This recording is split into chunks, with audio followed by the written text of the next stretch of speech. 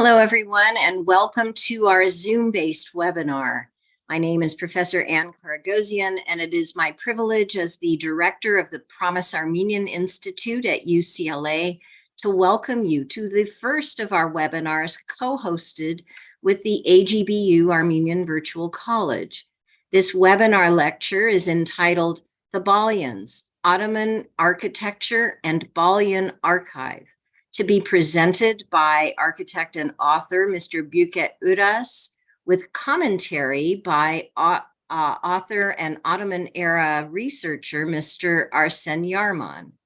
Mr. Uras will provide for us an overview of his extensive research on the Balyan architects, represented in several generations of a prominent Armenian family of architects who designed and built numerous architectural works for the Ottoman sultans and provided a unique interpretation of the local Ottoman architectural language. Mr. Arsen Yarman will then provide for us, via a video recording, a perspective on the family of Balyan architects, their educational training and place in the Ottoman Empire. In fact, his commentary will be in the Armenian language, but with English subtitles, and it will be introductory for Büke's talk.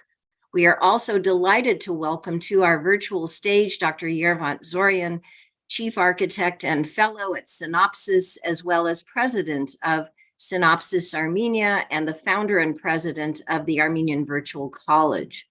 For today's webinar, I am grateful to note the co-sponsorship by the UCLA Center for Near Eastern Studies, the National Association for Armenian Studies and Research, or NASER, and the Araradeskijan Museum.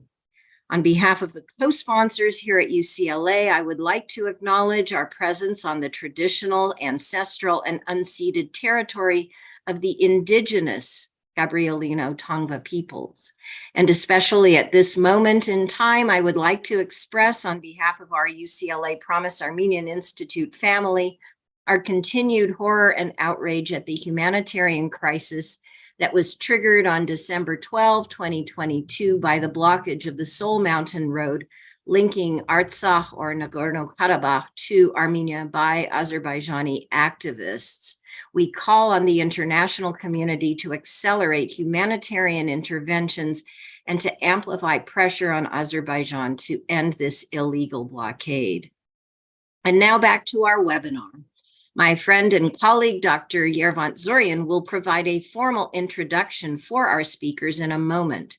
But let me note that for those of you watching live via the Zoom webinar platform, you have an opportunity to send questions to us by clicking on the Q&A button at the bottom portion of your screen and typing in the question. Please be sure to be as specific and succinct as possible in your questions, and we will direct as many of the questions as are practical to our speaker when he is finished. We anticipate that the webinar itself will take around 45 to 50 minutes, after which we will begin the Q&A portion of the event. Also, please note that this event is being recorded for future viewing at our Promise Armenian Institute YouTube channel and will be available on that website as well as our PAI website. And in the unlikely event that this Zoom webinar drops for any reason, please just connect right back to the same link, as it will put you back into our Zoom session. And now it gives me great pleasure to turn the webinar over to Dr. Yervant Zoryan. Dr. Zoryan is a chief architect and fellow at Synopsis, which is an American electronic design automation company, as well as being president of Synopsis Armenia. Formerly, he was, I'm not finished. There is a very extensive biography that I could provide for the distinguished Dr. Yervant Zoryan. Let me just mention that he is a fellow of the IEEE, which for non-engineers in the audience is the Institute of Electrical and Electronics Engineers. Besides being president of Synopsis Armenia, he is also the founder and president of the Armenian Virtual College, under the auspices of the AGBU, or Armenian General Benevolent Union, and he serves on the AGBU Central Committee. So, Yerevan, I will now turn the webinar over to you for introduction of the speakers. Thank you so much, Dr. Karagosian. I'm really pleased to be to join the Promise Armenian Institute in this particular webinar for the first time, offering a very exciting topic to our joint audience. As you know, the Armenians at large have made a big impact on international culture throughout the centuries in various domains, architecture being one of those, the Armenian churches, the domes, the arches, and so on. Actually, we do have a course in the Armenian Virtual College that explains that exact topic.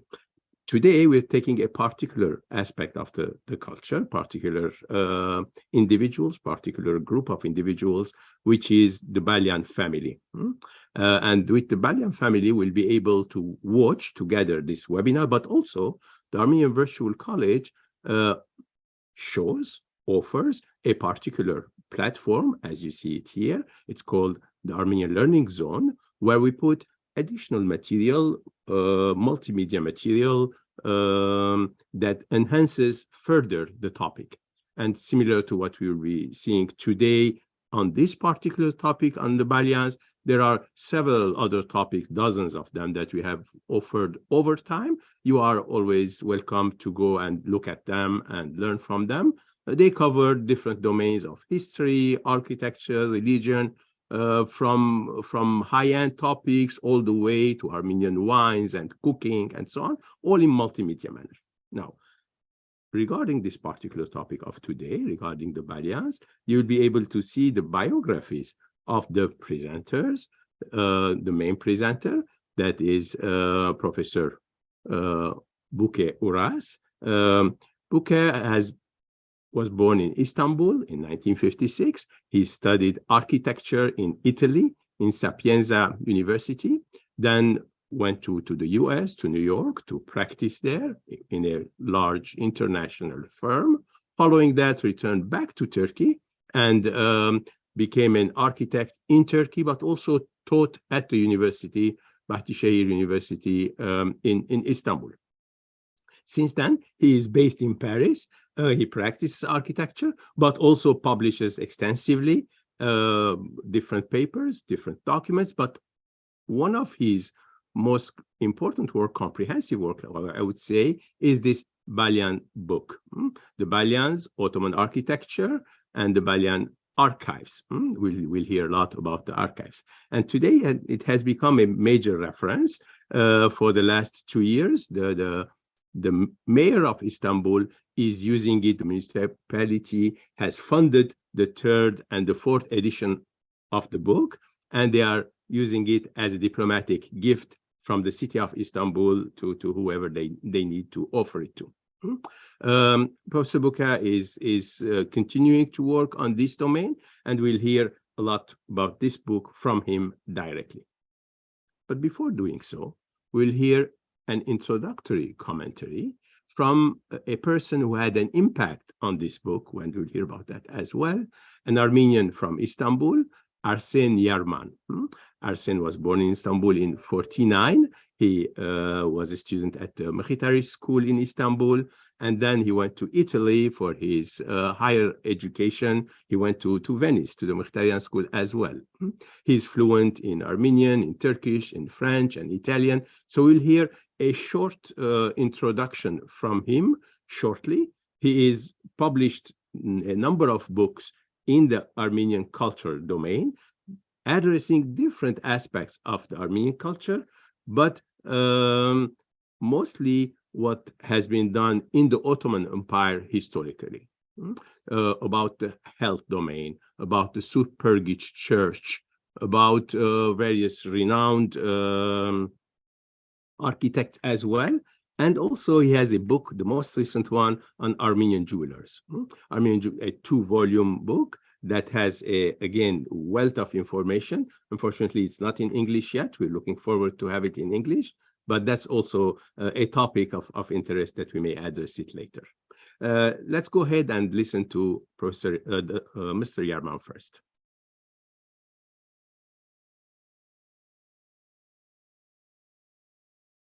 Պարևսես, նախ շնորհակալություն կհայտնեմ ԱԿՊ-ի միջնորդության եւ ՈՒԿԼԱ-ի ծեր հրավերին։ Կփափակեմ գարչադարյան աս աշխատությունս անկերնի բարբերակը ընձայել համաշխարհային ընթորսակներուն քննադանքին։ Մեր այսօրվան նյութն the Balyan Ottoman Architecture and Balyan Archive խորագրյալ քիրքը։ Քիրքին հեղինակն է Վարանի բարեկամս Büke Urasը։ Հրատարակված է Հայջար Solidarity Association of Armenian Architects and Engineers կողմէ։ Ես ալպացարիկ աշխատության պրոժեկտ կոորդինատորն եմ։ Թարմը Օսմանական ջարդարբուծության դերաբեդոր Balyan Քերտաստանին մասին հրատարակված երեգատություններուն ուրացող սխալ եւ գորգնագի դերեկություններով լի բազմաթիվ քիրքերն ու թեզերն յան որ մեզի մերեցին այսպիսի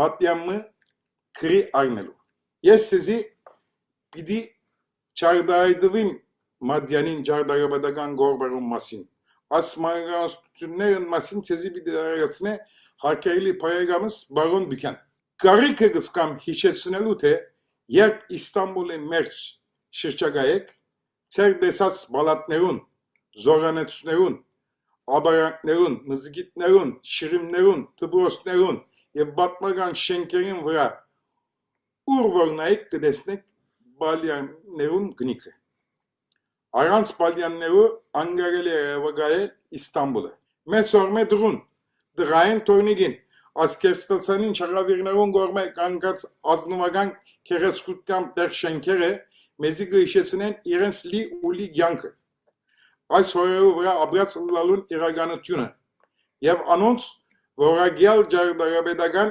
ինքնությունները։ Մեր Balyanները քիրքով առաջին անգամ լույս տեսած ու ընթերցողներուն պատմության քննադանքին ընձայված գզակրությունները ու ուրակիցները իրենց անհատի կերեցությամբ ունին զարմանալի եւ հրաբուրիչ հատկություններ։ Այս բոլորը հնարավոր հանդիսացան Իստանբուլի մեջ բազմաթիվ շենքերու շինարար մեծ ջարդարաբեդ Balyanներուն հարազատ եւ կորձակիցը Լևոն Գյուրերյանին եւ հետո ավելի քան հարյուրավոր դարերի վեր իրենց ընտանիքի անդամներու կողմէ պահպանված աղբորին շնորհիվ։ Նուբարյան քրատարանի հավաքազանորեն ստացված գծակրությունների միասին մեր քիրքը վերածվի տեսորական խնչույքի մը։ Բացի աս աղբորներեն կորցածված են հետավյալ հաստատությունները ցկված բազմաթիվ փաստաթուղթեր եւ լուսանկարներ։ Ottoman Archive in Istanbul, Bibliothèque Nationale de France, Archive National,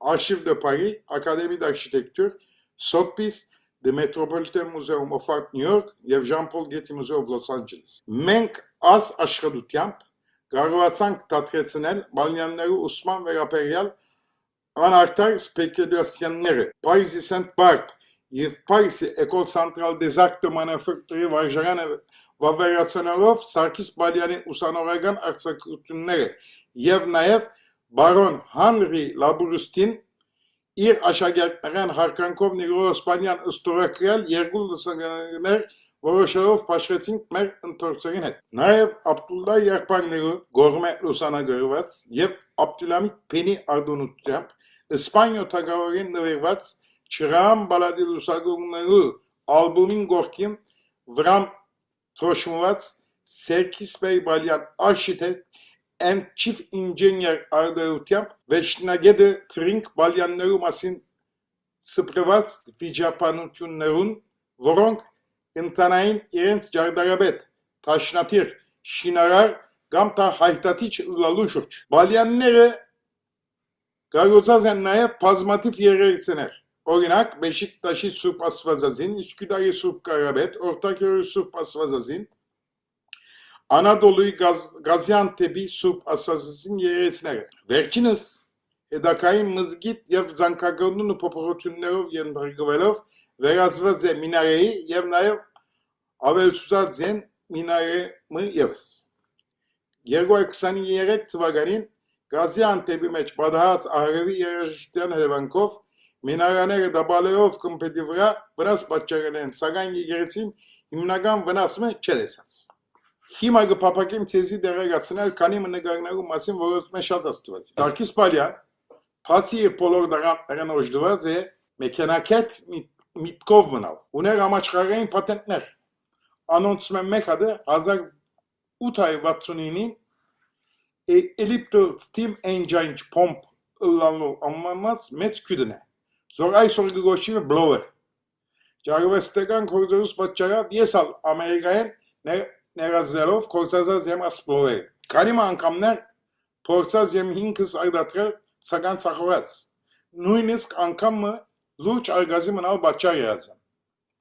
Masnavore arkankov kıskam Sarkis Balyanı tem ir hazar utay vatsuni intivaganların Solatusas dagantinamar. Balyanların hazar utay vatsunagan tıvaganların İstanbul'u mercani Metz Yerbarkos Paşayin Batkanor Abranki Şinavorutyan Abrankı Ramp Astadelov Sierov Yev Eşerov Pohatrele İskabesçat Edakırkire. Fransa'yı Bretagne Şirçanin La Manche zovu yezerke Plenneuf Val André Annov Pohrik zovapına karaki meç Sarkis Balyana Garutaze Villanere Pargatyal Sitemi Yev Hatmınal İrem Zadelov Hompına gazet. Kosak tutyan ve uçavortyan Balyanları mağazatyen avelikan hayvdagener. Yegan ansan hamacarakner. Vitrari hıhterner.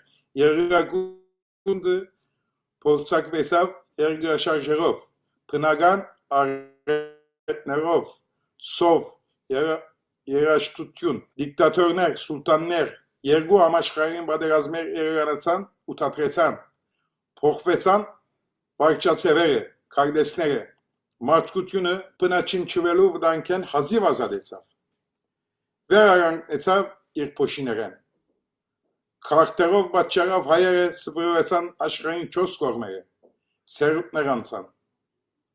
Sagayn, Balyanları Grankunyen irens polur paravarutyamp. Ser uar harkank serpolari.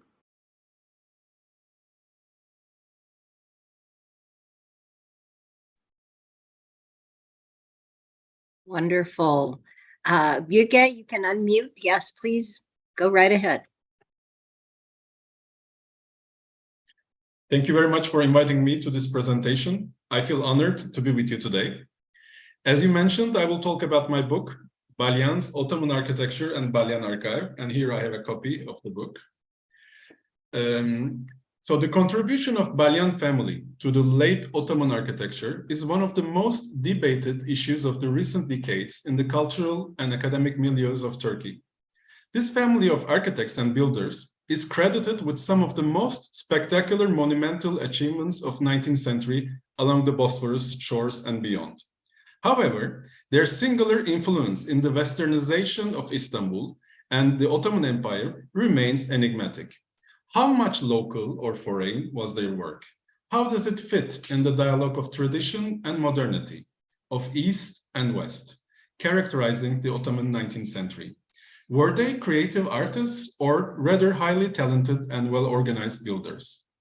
This book, which was mainly motivated by the recent revealing of the Balyan family archive, enters this lively debate based on the body of drawings that Sarkis Balyan had entrusted to his colleague and friend, Leon Güreyan, who was born in 1869 and passed away in 1950.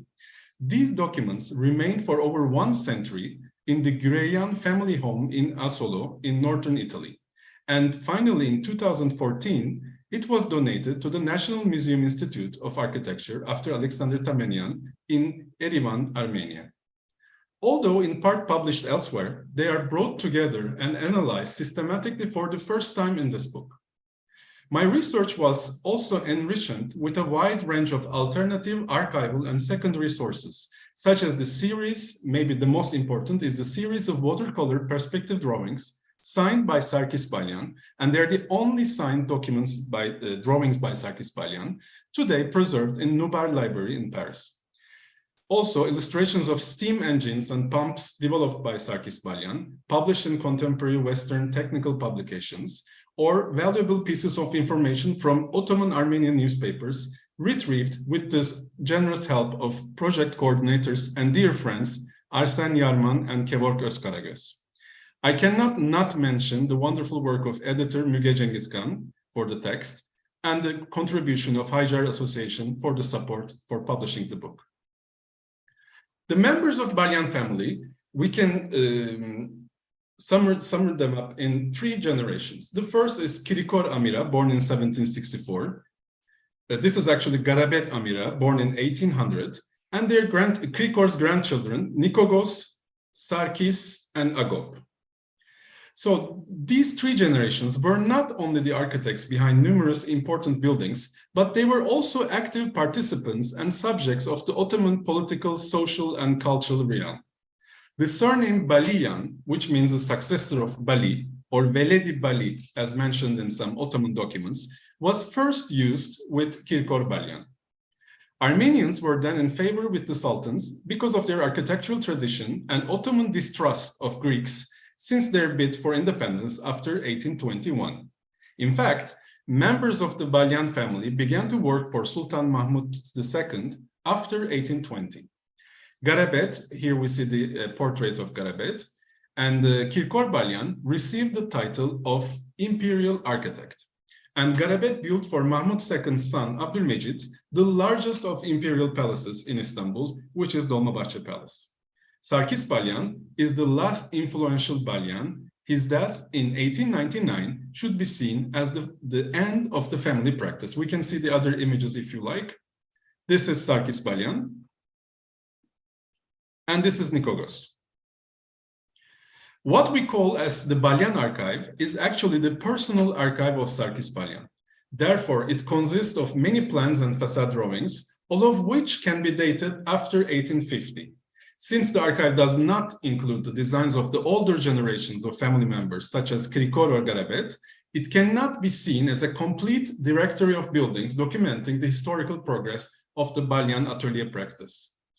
Drawings in the archive also offer a lot of new and important data for the authorship debate. All project sheets in the archive are unsigned without exception. There's no signature. While on some of them, certain plan schemes are sketched, which is very valuable to show the evolution of the design process in the works of the Balyan family, whose designer identity is frequently questioned.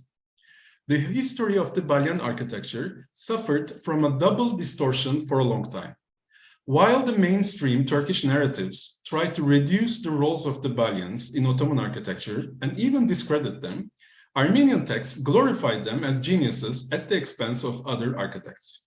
In fact, Balyans were not responsible for the entire Ottoman architecture during the Tanzimat period, and they were neither mere master builders nor productive contractors, as claimed from time to time.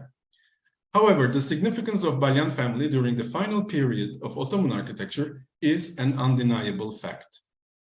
There could be a few reasons behind the conflicts and contradictions in the critical approach to Balyans. The first of reasons is international. It is this worldwide negative judgment formed against the 19th century architectural eclecticism based on historical models, especially after the international adoption of modernism in 20th century. The negative approach towards the Balyan family, which ideally represents the pre-modern architecture in Ottoman geography, is also associated with the universal judgment against all kinds of revival styles that were institutionalized and widespread by the École des Beaux-Arts in Paris. The second reason, in the case of Turkey, is the presence of an ideological bias towards the late Ottoman architecture. From the beginning of 20th century, the Balyan architecture has been considered worthless as an anachronist representation of regression in imperial history. The Ottoman historiography narrated in the Republican period defined the 19th century as a period of decline. This decline, besides the failure of the empire with military defeats, also corresponded to an economic and cultural degradation. So in the dominant and established narrative of 20th century architectural history, all the Ottoman non-classical norms of 19th century were presented as clear evidences of aesthetic colonization and therefore political failure. And the third and maybe the most important reason should be, of course, ethnic and political tensions stemming from Turkey's historical development. Balyans were Ottoman citizens who fully embraced their identity as Ottomans in the early modern cultural context with transitional boundaries. However, the fact that they were also claimed by contemporary Armenian nationalism and counted among the leading figures of Armenian nation, later on would create an ideological obstacle in their acceptance as important personalities of the country's past, especially after the establishment of Turkey as a nation-state. The monocultural partialities of the nation-state experience in Turkey completely denied the Armenian family's entry into the pantheon of celebrated Ottoman artists and architects as defined by art historians of the Republican era.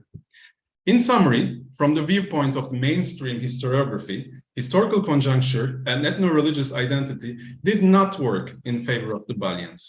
Yet, despite this, efforts of a few pioneering scholars in the last quarter of 20th century, such as Parsology and Afife Batur, started to reveal slowly the essential impact of Balyans as prominent agents of late Ottoman Istanbul.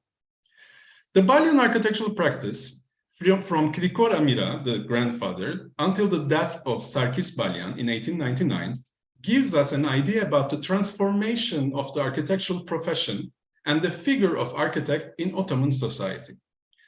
We can observe several changes in the same family from one generation to another, such as the transition from master-apprentice relationship to a formal architectural education. We documented, as Mr. Yarman said earlier, that the third generation studied in Paris. And for example, from local collaboration of suppliers and craftsmen to integration with international commercial network of construction materials and decoration products, from local architectural tradition to changing styles and new construction techniques. The Balyans' activities as architects corresponded to a period during which the Western influence gained importance in Ottoman Empire, with administrative, legal, and structural transformations accelerated with the declaration of Imperial Edict of Reorganization, so-called Tanzimat, in 1839, and the Imperial Reform Edict, so-called Islahat, in 1856. Here we see the facade of Dolmabahce Palace on Bosphorus. Before 19th century, in the traditional Ottoman architectural production, master builders remained largely anonymous, especially following the dissolution of the Imperial Architects Organization, so-called Hassa Mimarlar Ocağı, in 1831. The increasing demand for architects with semi-official or self-employed status led to the emergence of a modern Ottoman architect figure, independent from Ottoman administrative institutions. Also, it's important that Balyan Archive today does not belong to one of the Ottoman administrative institutional archives, but it stayed in the family. This also shows the semi-official modern Ottoman architect figure, which is newly emerging. Balyan family's rise corresponds to the formation of this new modern Ottoman architect figure. And this modernity is manifested in many different ways. I'll just like to show you some of this modernity reflections. One of them is definitely in art. After the Tanzimat reforms, the Ottoman architects started to differentiate themselves from the craftsmen and became individual professionals with a recognized social status. As a phenomenon specific to Western art, the portraits of architects dating back to Middle Ages have no equivalent in the classical period of Ottoman art. It would not be wrong to say that the first realistic portrait of a contemporary Ottoman architect is the image that you see, which is the Garabed Balyan's post-mortem portrait, today kept in the collection of Armenian Patriarchate of Turkey. Sarkis Balyan, instead, became almost a star architect in modern terms. His portraits, frequently published in periodicals and newspapers, made him maybe the first Ottoman architect whose physical appearance was well known by many. Beginning from the 1870s, the relationship of Balyan practice with photography gained a new dimension when Sarkis Balyan started ordering detailed photograph albums of his completed buildings as final products and circulated them as a means of prestige. We can pass to the next image. These are albums commissioned to Abdullah brothers a famous photography studio in Beyoğlu, Pera, in Istanbul. And after the completion of the famous Çırağan Palace, Sarkis Balyan ordered a photograph album for the palace to Abdullah brothers and sent copies to most of the royal families in Middle East and in Europe.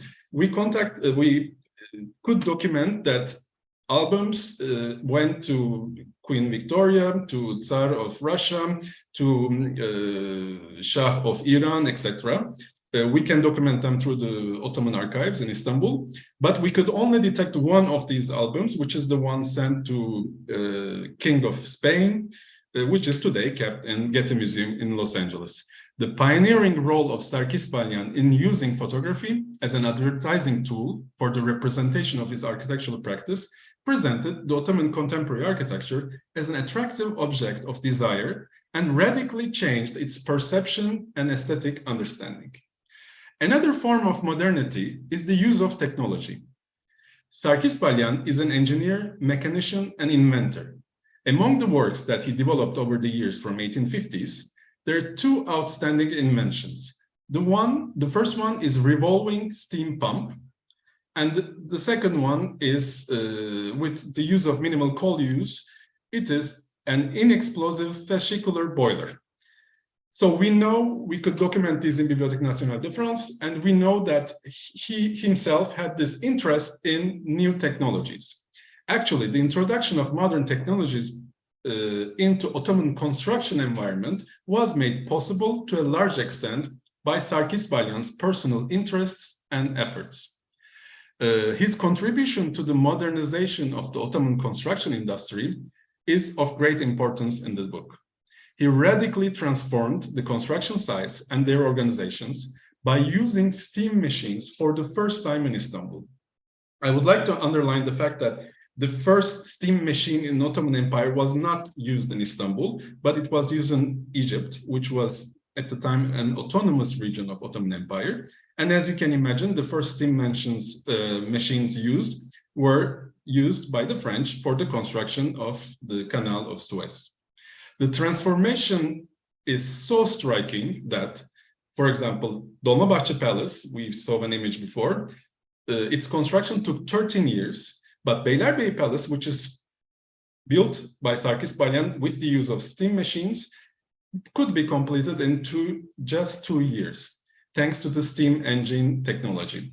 So we are talking about a radical change of construction, and it is revolutionary for Istanbul. The Balyan practice owes its success not only to the design quality, this is very important, but also to the comprehensive organization of large-scale constructions, open to both local and international collaborations, and to the introduction of technological tools that were quite new for the Ottoman architectural environment.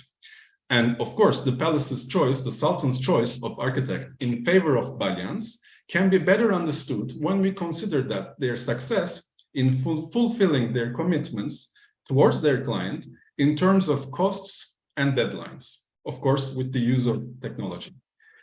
Also, the first Ottoman construction company called Şirket-i Nafiye Osmaniye, again established by Sarkis Balyan in 1873, became a very important tool for the rational organization of construction sites. Of course, we should imagine very vast construction sites and almost contemporary. So, for example, while this huge mansion for Ali Pasha was being built, just a few years or at the same time, we were building a palace or a monumental mosque was being built by the same time by the same atelier. So the company organized the production and distribution of materials for different sites from a single center. For example, the materials produced, bought or manufactured by the merchants, by the same merchants, were collected in the same warehouses on the Bosphorus. So with ships, they were distributed to various sites. The use of common materials and common organizational tools helped reduce significantly the construction costs and time. Balyans never wrote down texts revealing their architectural thoughts. This is very important. In the absence of such texts, which would have helped us in understanding their design philosophy, during all these years, The Balyan architecture was evaluated only in the light of their constructed buildings. As a matter of fact, there's only one interview of Sarkis Balyan with journalist and author Viscount Alfred de Caston, and the interview dates to 1875 and published in the Revue de Constantinople. It is it's the only interview done by one of the Balyan members. Alfred de Caston says something extremely important. He says, the history of the family can be written with monuments. So without knowing, he established the historiography of Balyan architecture from that day until the discovery of Balyan archive. But thanks to Balyan archive, for the first time, we can talk about the project of unimplemented buildings or design processes. So in addition to Caston's approach, this study of this book tries to make a comprehensive review of the archive, again, which includes not only constructed buildings, but also a number of unbuilt proposals and design alternatives that have been partially known until recently. It took almost 3 years to research to find out which project these designs represented, since they generally did not have a date or an explanation on them, and most of them remained unbuilt. Among the achievements of the study, in terms of the functional variety of the archive, there are different palaces, schools, factories, hospitals, and private mansions.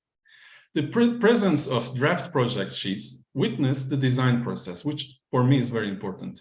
The sketches on some of the drawings show alternative plan schemes for the same project. For example, we have different facade proposals for Çırağan Palace, plan proposals for Baba Ali, or expansion project for Yıldız Palace, Mabeyn Kiosk, and so on. If we come back to 2 images, we have, for example, this is an important project. This is the design model of Beylerbeyi Palace, which can be considered the second most important palace after Dolmabahçe and Bosphorus. It actually was an existing palace built by Mahmud II. And this project, the single sheet, shows this new design model integrating the existing old pavilions of the previous palace of Mahmud II into a new complex. And it should date from 1864, although there's no date on the drawing. The most important thing about this sheet is that it shows the original plans, interior plans of the buildings, of some of the buildings which did not survive to our day. So it's a document that shows us all the functional plans of the overall Beylerbeyi Palace. Then if we pass to this other image, it's again another palace on Bosphorus. It is Çırağan Palace, which again, it burned in 1910, but it was reconstructed, the facades remained, and it became a hotel, luxurious hotel, today exists on the Bosphorus. So only the 4 exterior facades are original. And this is an 1865 proposal for the facade by Sarkis and Hagop. This is important. Again, we're showing the design process. It is an existing palace demolished by Abdülmecit II, rebuilt after 15 years by Abdülaziz. So we have a span of 15 years of various proposals by different members of Balyan family. If we look at Nigoğos' proposal, which is not unfortunately in the PowerPoint, it looks like Dolmabahçe Palace. So it has this neoclassical, neo-Baroque taste, monochrome taste, typical to Nigoğos. But this proposal, which is not unimplemented, is by Sarkis and Hagop Balyan after Nigoğos' death in 1865. So this is polychrome, and also it has neo-Gothic, classical, Turkish, and Arab elements used all together. So it's very interesting for us to see, for the same building, for the same palace, during a span of 15 years, witnessing different projects for different sultans, because Abdülmecit also passes away, by different members of the family, the Balyan family.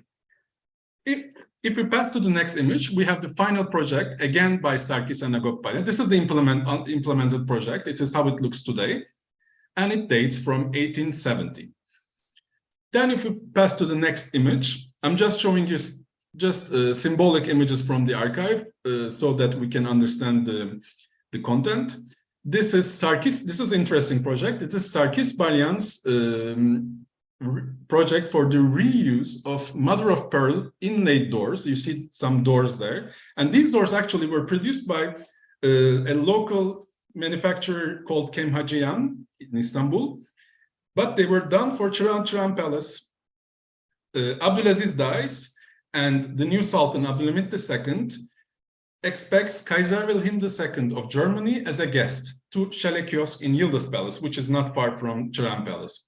So Sarkis Balyan takes the doors, Kemhajian's doors, as key elements, defining the desired representation language towards these important guests, in search of a new representation for the future of the Ottoman Empire. So we are seeing the use of doors used by the empire to emphasize its classical legacy. So we're back to this Islamic line by abandoning its almost 2 centuries of relationship with Western models, typical, for example, we have seen in Çırağan Palace facades, typical to Abdulaziz period. Therefore, the reuse of Kemhajian's mother of pearl inlaid doors in Yıldız Palace corresponds not only to a physical, but also to a conceptual spolia. If we follow, there are different project studies in the Balyan archives that can be defined as mansions, kiosks, or pavilions, and they represent overall a systematic search for an ideal plan.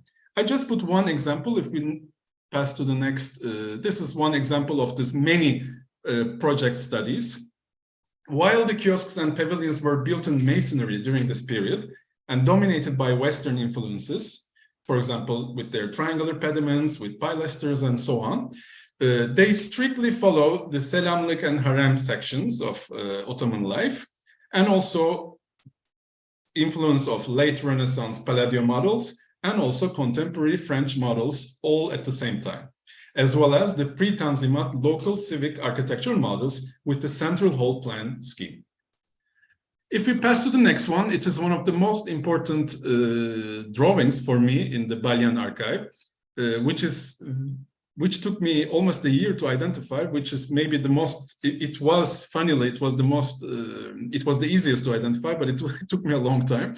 It is actually a display plan for the collection of antique weapons at the Roman Basilica of Aierini, which is an ancient basilica, it's ancient Roman basilica, and it's the only Roman basilical church which was not converted into a mosque in Istanbul, because it is located in the first courtyard of Topkapı Palace.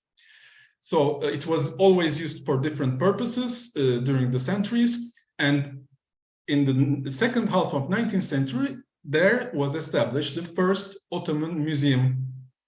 And after that, it became an Ottoman half museum, half depot of weapons only. The archaeological section went to the archaeological museum, and Sarkis Balyan plan is the layout of the exhibition units. Each rectangle you see in the drawing is the cast iron exhibition unit for the arms, for the weapons, for the preservation of the collection of Ottoman weapons known as Mecmuai Esliha-i Atika, and it should be dated 1877. We know perfectly that this plan was executed because I found some images in New York Metropolitan Museum which perfectly matches the display, perfectly. So we can say that the discovery of the single drawing gives us the oldest Ottoman museum plan we have today.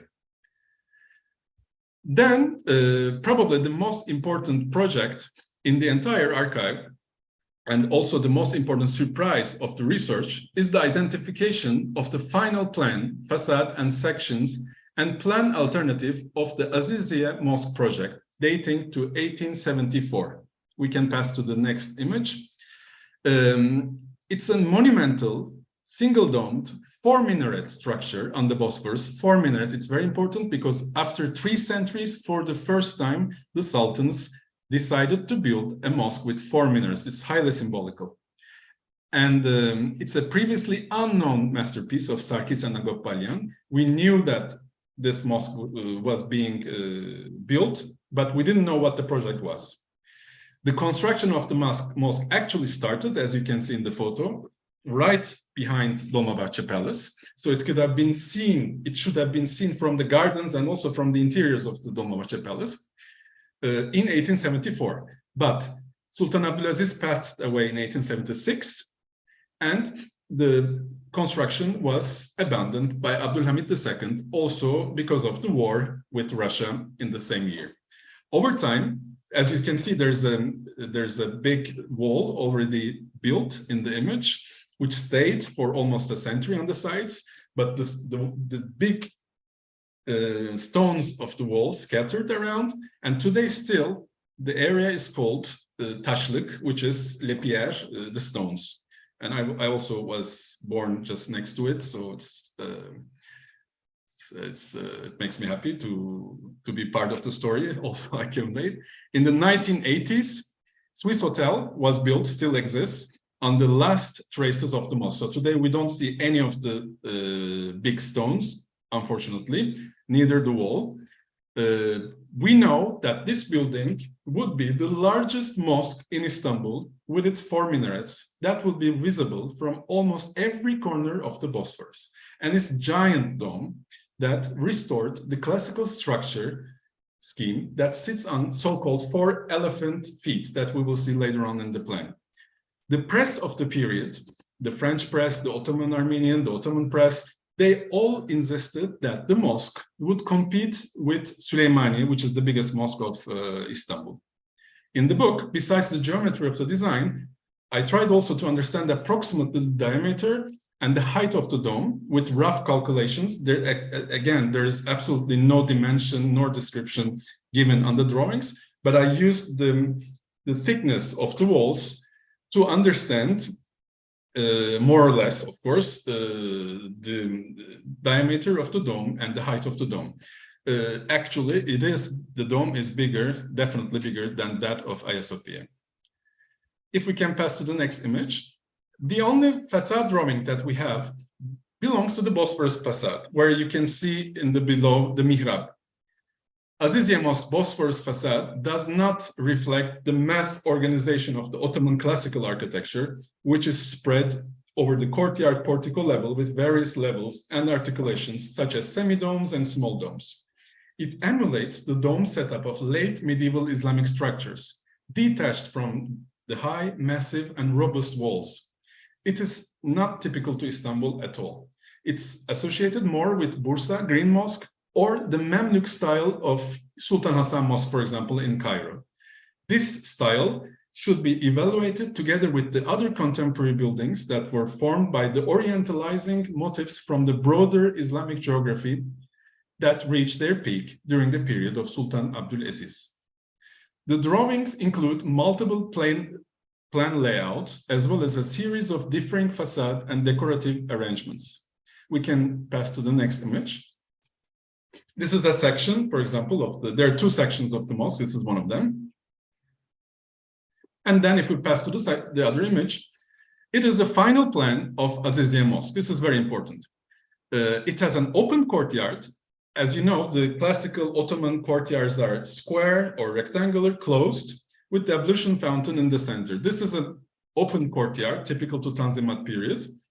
And again, you can see clearly how the dome, the large dome, is carried by the elephant feet. Again, these are features of classical Ottoman architecture used for the first time after many centuries. Then we have this interiors perspective, if you pass to the next image, which is very precious to me. It is today kept in Nubar Library in Paris. And it perfectly corresponds. There are different alternatives. I'm not going too much in detail. There are different alternatives of the mosque in the Balyan archive. It corresponds perfectly to one of the second alternative of the mosque. And it is in Paris, as I said. Actually matching this interior perspective, signed Sarkis Bey, it is signed, Sarkis Balyan, in Paris. And the plan proposals that you saw earlier, conserved in Alexander Tamanyan Institute in Yerevan, helped me identify this project because they match perfectly. And of course, with the additional support of texts of depictions. For example, the texts say that it was 4 minarets and the plan perfectly shows 4 minarets and so on. So this is the matching these different drawings scattered of Balyan practice today internationally could help me identify this lost project, which is maybe the most monumental project built or would have been built by Balyan family. And it is, I believe it's a significant discovery for Ottoman and Islamic architecture in general. It's exciting to see the entire design process of the mosque. It is the first time in Ottoman architecture history we come across to discover the primary source of design drawings from conceptual sketches to detailed final project for such a monumental building. The family's command of technical issues is one of the keys to its success. While the industrial factories, for example, again, I did not put them in the presentation, but we have also some factory drawings. For example, the effect of industrial breakthrough of Tanzimat period on architecture, we have the project of Zeytinburnu Iron Factory. It's very important because it was built by Garabed Balyan, and it had a huge impact on the design of imperial buildings. For example, thanks to the iron factory production, in the projects of the palaces, it was technically possible with this factory to include cast iron works such as hundreds of meters of docks and garden railings, engraved royal doors into the general composition, typical today of all Bosphorus palaces. There's a long-lasting authorship discussion regarding the Balyans about whether they also participated in the design process besides the construction, and which member of the large family practice actually owned the design. So some texts say it is Hagop, some texts say it is Sarkis. So even inside the family, there are some authorship discussions. In the Ottoman construction sector of Tanzimat period, the lack of a clear separation between the design and implementation activities was an important factor in the disputes. The chief master builders or building supervisors, whose names were frequently mentioned in the official correspondence concerning the constructions, were accepted frequently as the architects of the buildings. These ambiguities in the organizational terminology led the identity confusion of the architects. I hope very much that the drawings in this book revealing the design process of the buildings will help to answer some of these questions. But I wish more importantly that this study will lead the way for the future studies on Armenian contribution, so important in Ottoman architecture. Thank you very much. Wonderful. Thank you so much, Büke, for a fascinating talk, and certainly made with wonderful introductory comments as well by Arsen Yarman. So now we have time for some questions. We have some in the Q&A, and we have a couple that I think I have come up with and Yervant has come up with as well. Maybe I will go first, Yervant, and then you can pose a question. We can just go back and forth like this. We have a good number of questions. I hope we can get to all of them. But pertaining to the last comment that you made, Büke, about designer versus builder versus engineer, I would say I found it very interesting to learn that Sarkis Balyan was a graduate of École Centrale in Paris, which is a very well-regarded engineering school. But in that period, was it that if one wanted to become an architect or builder, one studied kind of a merger of the fields of architecture and, say, structural engineering, which is not done today. Today in the United States and most other countries, they're kind of separate areas of study and profession. Were they somehow merged at the educational level, or was it really more of the family tradition that this was merged? Actually, it's very important, your question, because none of the Balyan members finished their schools in Paris. So we know that they all left school without finishing. And I have an idea about why, because they were already building Dolmabahce Palace. So their father needed their sons at the site. So being an unknown student in Paris, of course, did not correspond to their ambitions as the future imperial architect. And we know that they all came back to Istanbul without finishing their schools. But their Parisian experience is extremely important in different ways. For example, you have seen the perspective drawings that I shared that are today kept in Nubar Library. They do not match the presentational methods of the contemporary Ottoman architects. They're completely different. Their perspective use is perfect. It follows perfectly the European way of doing things, the European ways of communication. Another important tool is their, as I said, they will later on, especially Sarkis Balyan, will have an amazingly international team. And we know that the source of team is through his contacts that he established in Paris. So Krikor, the grandfather, is strictly local. He's always in Istanbul. His workers are local. The manufacturers are local. When we come to the Sarkis, again, with this modern Ottoman architect figure, we have completely abandoning this local ways of doing things, but we are sending our book to King of, Spain. We are bringing some decorateur, painter-decorateur, so-called painter-decorateur from Paris. So we have this incredible international know-how, which is used in Istanbul, again, the technology.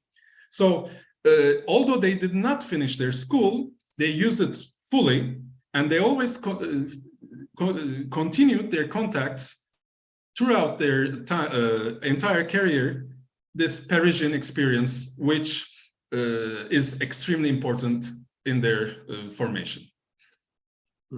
Thank you. Very interesting. Just a follow-up on that, perhaps, Büke. As they have been influenced by Parisian artisans, ideas, concepts, was there an impact of their work to the other direction, to European architecture? Very, very interesting question. Very interesting question. It is more limited, I have to say. It is more limited, but I think they, not with their work, but they did not, for example, we know that Garnier, for example, came to Istanbul. There is absolutely no document saying that Garnier met Sarkis, but that's one of my theories, that definitely they have visited Dolmabahce Palace together. It would be a little bit too much saying that Dolmabahce influenced Opera Garnier of Paris, but we know that they could change the perception of contemporary Ottoman architecture in Western world. That's very important. For example, we could find some poetry mentioning the contemporary Ottoman architecture in world literature, Armenian literature. This is extremely important. For example, today, I don't know in any Turkish contemporary architecture that is inspiring a poetry.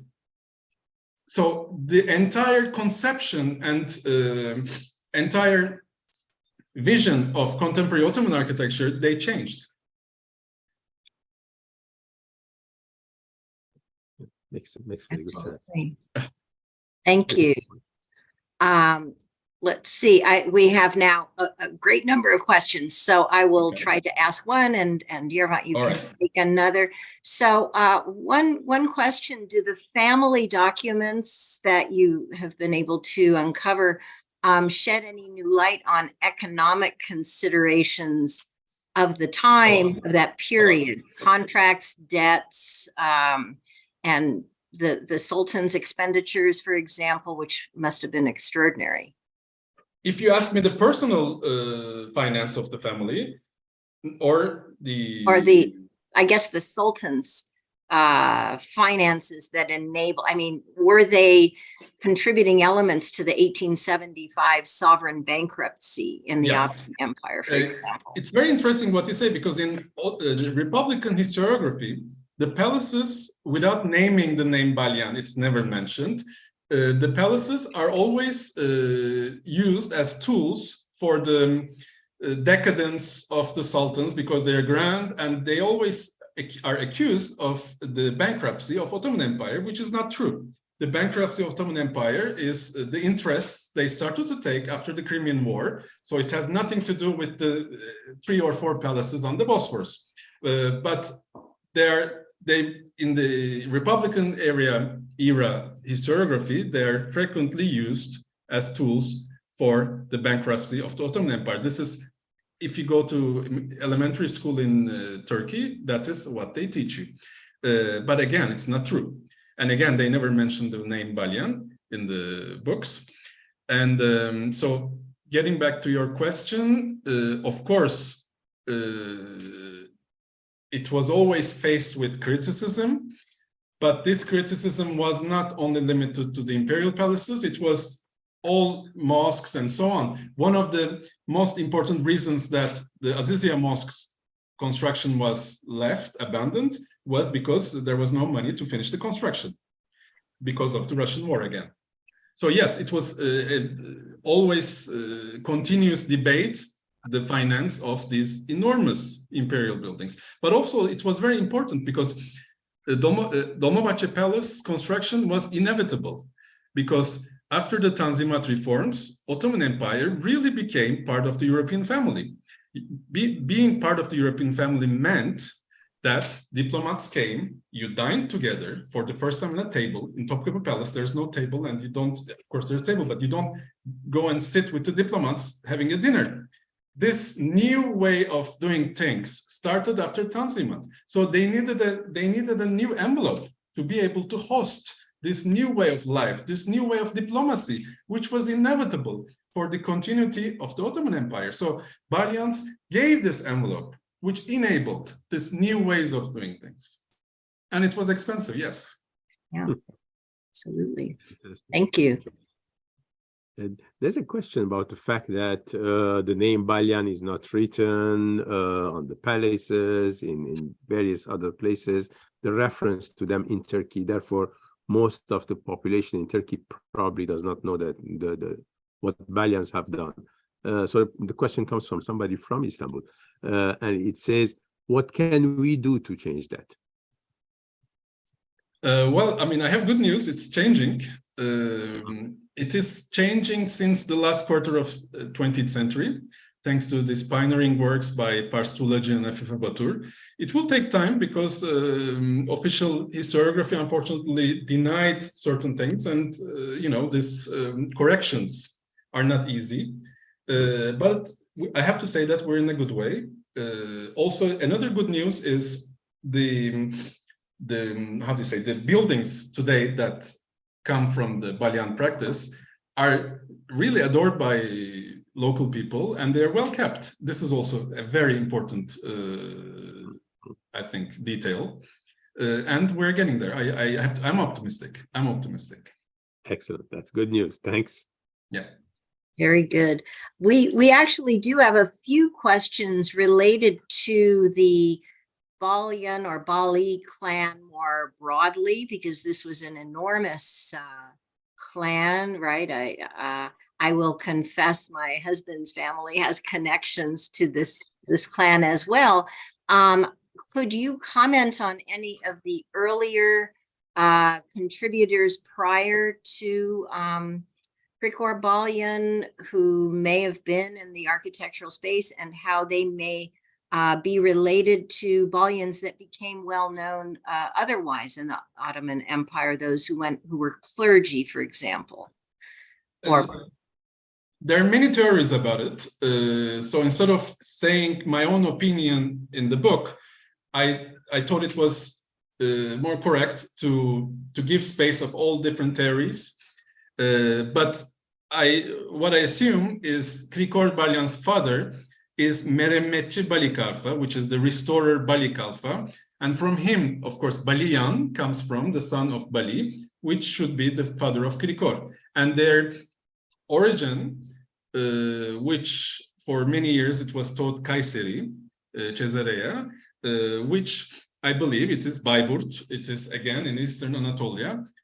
So we don't have a fact, clear fact about the origin of the family also, but we have different theories. And again, different stories about the Mehmetçi Bali Kalfa, but none of them are unfortunately 100% sure. Thank you. There's an interesting question as well here. While you went through the archives, did the archives cover only the architectural aspects of the Balyan family? We heard inventions otherwise, or were other elements of non-architecture there as well in the archives? It's a very good question. I mean, I would like to say, for example, the cemeteries, that for me, it's another source of archive. Mr. Yarman found something incredible, which is the tutor that came to the house of the third generation of Balyans. So before going to Paris, they were educated at home.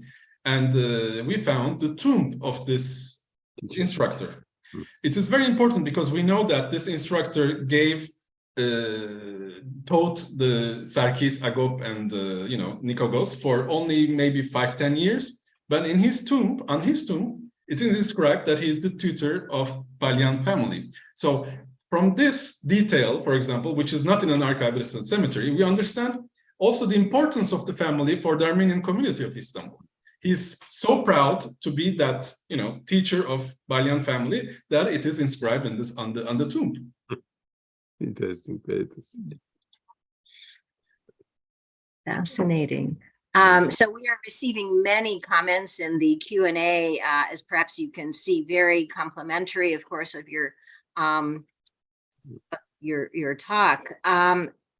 Could you comment a little bit further about the Western influences in Istanbul, in architecture, other than those you had mentioned are found in the Balyan project, but are there any other examples by other architects, or of course. complementary? Were there any outside of Istanbul, more in the interior of Anatolia, for example? Of course. I would like to answer you basing on Armenian churches of Istanbul, for example, because there are many different aspects of Westernization. It's very interesting to see that the Armenian churches of Istanbul, local Istanbul churches, they never reflect an classical Armenian imagery. And they're very local. You cannot differentiate them from a Greek Orthodox church or a synagogue. They're very similar. They're very this local Istanbul taste, which is very dear to me. But the Eastern Anatolian churches, for example, continue perfectly the classical Armenian identity, which don't exist in Istanbul until 1920s and 1930s. It's very interesting. And also, I found out that Garabed Balyans sponsored a monastery in the Eastern Anatolia, which I believe it's the Lusong, which I believe it's where they're from. But also he built Beşiktaş Church, Surpazvatsin, for example, is an extremely important church, in, again, this local Istanbul traditional style, which is not different from a Greek Orthodox church or a synagogue. But I wanted to find out if the monastery he built in Eastern Anatolia was also in Istanbul style or was it in Armenian style. But unfortunately, the monastery is long gone, as you can imagine, in Eastern Anatolia. So I was very curious, I would have been very curious to be able to compare the two churches of Garabed built in Istanbul and in Eastern Anatolia, and to be able to say you something, but unfortunately the data is not for now there available. But it's interesting to see that even until the Republican era, there is no Armenian church that reflects the classical Armenian identity in Istanbul. That's, I think, very interesting. Which was not your question at all, I think, but I got excited and changed it. This is very helpful. No, this in part answers it. Let's see. Would you like to offer another question, Yervant? There's a question about previous publications on the Balyans, other books that have been published versus the comprehensive work that you did, this fantastic volume. And if you could compare on what have we got in addition. Of course, the archives were new, but information-wise, what do you think? Very good question. As I said again, the Balyan academical study started in the last quarter of the 20th century. And the first one is Parstulacı's book, which should be respected in spite of its many mistakes, because it's a pioneer. It's the first one ever done. Unfortunately, it has lots of, not correct information. Then we have Afife Batur, which was a dear friend to me. She worked a lot. She was a great pioneer in Balyan studies, I have to say. And of course, we have in England, Alison Morton, whose book was definitely the most important book to me during my research. I never met her personally, but definitely I have to say that she has the most well-documented book on Balyan family. Very interesting. Very good. Thanks a lot. We have another question. Does the Balyan archive include materials that are not architecture or building related, or more artistic or artworks, I should say?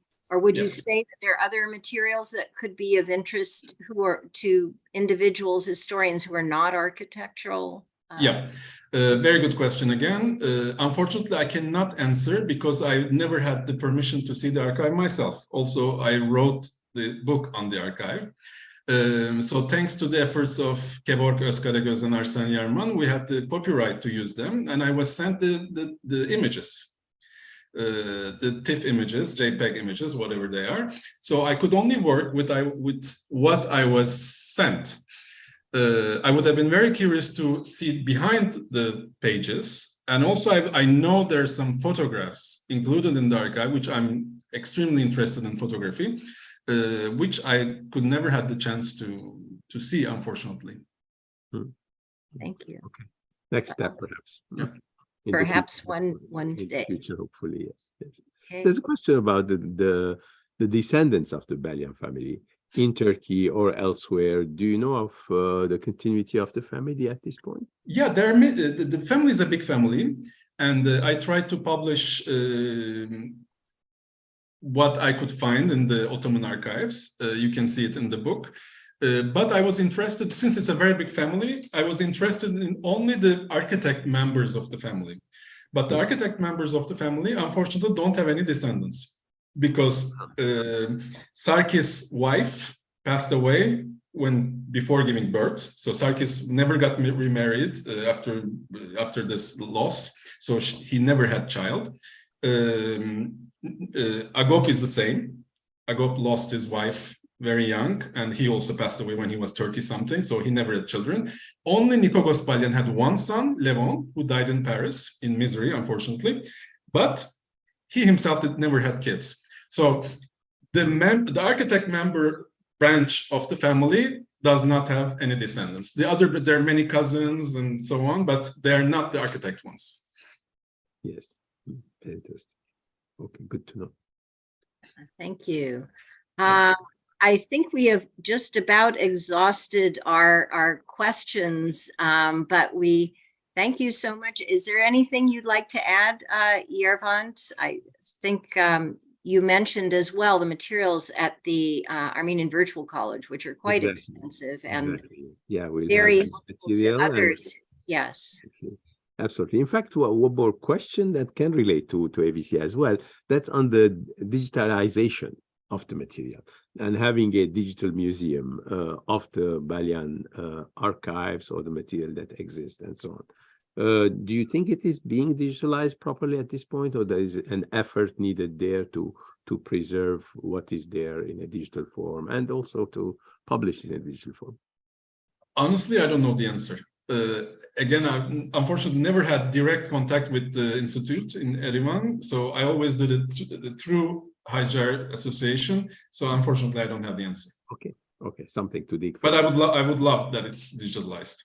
Okay, perfect. This is wonderful. Presentation. It's wonderful. Go ahead. Yeah, I was going to say, and by the way, in the chat for our Zoom webinar, our Deputy Director Hasmig has posted the link to the AVC website so that those in our audience can access that as they wish. Perfect. Okay, well, I think we are about at the end of our time here. Thank you so much. Thank you very much. For a very stimulating presentation and discussion, as well as thanks virtually to Mr. Arsen Yarman. This was just a wonderful webinar, so thank you. I'm honored. Thank you very much. And we wish you all the best in your further research activities. Thank you very much. Let me now close our webinar by noting that the Promise Armenian Institute does have a number of events planned in the near future, some on Zoom and some in person at UCLA. Next Thursday, May 25 at 10 a.m. Pacific, we have a presentation on healthcare challenges and opportunities in Armenia, contributing to evidence-based policy. This is going to be presented by one of our PAI postdoctoral scholars, Dr. Haley Tupper, along with Nathan Chu, a UCLA undergraduate student whose research was also supported by our institute. On Friday, May 26th, beginning at 12 noon Pacific, the UCLA Armenian Music Program will present a day of Armenian music on the UCLA campus in Schoenberg Hall at noon, and then later on followed by a free concert featuring the internationally acclaimed composer and pianist Artur Avanasov at 5 p.m. in the Lonnie Hall in the Schoenberg Music Building.